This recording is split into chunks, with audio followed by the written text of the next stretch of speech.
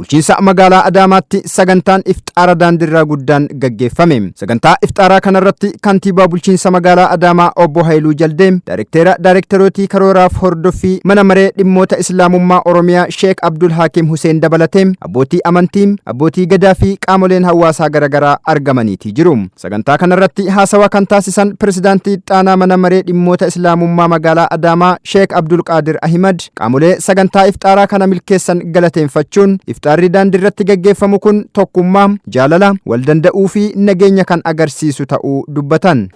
Obboleeyyan akiraa fixriin kuni bu'aan isaa wanni kararratti godhamee fi tokkummaa ummata argisiisuu fi waliin jireenya argisiisuu fi wal danda'iinti amantaan hundu kan biyya keessa jiru keessattuu ka biyya keenyaa amantaan adda addaa waan heddummatuuf wal danda'ee waliin jiraate karaa takkaahuu daandii silaa irratti deeman ka silaa cufuun hin malle ummanni keenna ka irratti faxaru kun illeen keenna ka jedhu wal danda'ee karaa irratti faxaruun kun wal danda'uu waliin jiraachuu wal hammachuu argisiisa.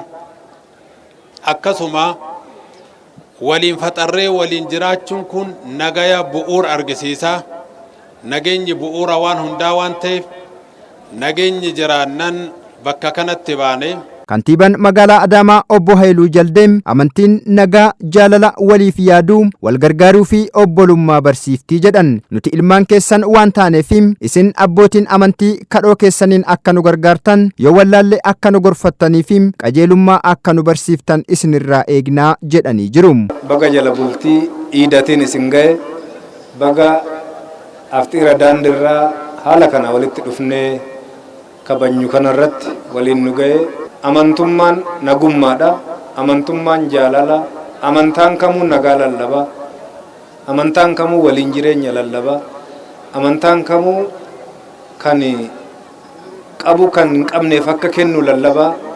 Amantaan musliimaa immoo keessattuu yeroo iidaa waan qabanirraa qooduudhaan warri waan qabne akka manni isaanii duwwaan taane gochaa waan tureef dhaamsi ani qabu ummanni magaalaa Adaamaa, jiraatan magaalaa Adaamaa, hordoftoonni amantaa musliimaa fi amantaa hunda hordoftan hiyyeessa magaalaa Adaamaa jiran akka yaadan, waliin akka taanu, waliin taanee jiruuf jireenya hunda isaa akka gaggeessinu, waliin taanee ayyaana yaaffannu hunda waliin akka taanu, waliin taanee magaala keenya guddisuuf akka hojjennu, waliin taanee fedhii abbootii keenyaa guutuuf akka hojjennu, waliin taanee fedhii daldalaa keenyaa guutuuf akka hojjennu carraa kanaan waamicha isinii dabarsuun barbaada.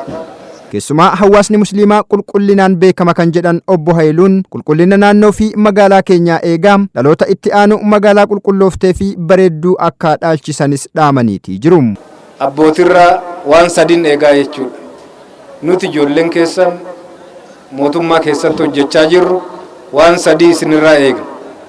Waan tokkoon amantaa hordoftan hawaasni musliimaa as jirtan akka du'aa nu gootan cimnee akka hojjennu akka nu taasiftan amantaa guddaa isinirraa qabna, yeroo hundaa isinirraa eegna. Inni lammaffaan yoo dogoggorre akka nu gorsitan, akka nu jajjabeessitan, hojii hojjennu keessatti hanqina dhufu akka nu sirreessitan, cimnee akka hojjennu akka nu taasiftan yeroo hundaa dhaamsa guddaan abbootii keenya irraa qabudha. Inni xumuraa hawaasni musliimaa kan ittiin beekamu qulqullinaadha. Qulqullina magaala keenyaaf, miidhagina magaala keenyaaf hawaasni kun akka nu waliin taatan dhaamsa dabarsuun barbaada. Baay'ee gammadee jira, baay'ee miidhagdu. Nus haala kanaan isin waliin miidhagnee argamnee jirra. Ulfaadha. Hordoftoonni amantichaa fi qooddattoonni sagantaa kanaa iftaarri daandii irratti gaggeeffamuun kan isaan gammachiise ta'uu himuun qaamolee haala mijeessan galateeffatanii iftaarri daandiirraa kun garaagarummaa afaanii fi sabaa malee tokkummaa uummata islaamaa, obbolummaa fi walitti dhufeenya kan ibsu ta'uus himaniiti jiru. Gammachuu guddaan na dhagahame. Manni musliimaa gamtaadhaan jaalalaan waliigalteedhaan akkanatti afaxxaaruun anaaf baay'ee gammachuu guddaadha. manni muslimaa nagaa ta'uu isaa ibsa. Aftaarri kun dhugumatti waan gaariidha. Ka'umsi isaas gaafa ka'ee jedhu wanni kun tokkummaa Islaamaa obboleeyyummaa waliin jireenya isaadha ibsuurraa akka ka'e. Nyaata guddaa nyaachuuf miti asitti wanni ba'amuuf xiqqaan qabuu manatti waan silaa nyaatu dhiisee asitti bishaanumaaf teemiratti faxaree waliin dhiyaanni guddaan dhiyaanna qalbii walitti dhufeenyaadha.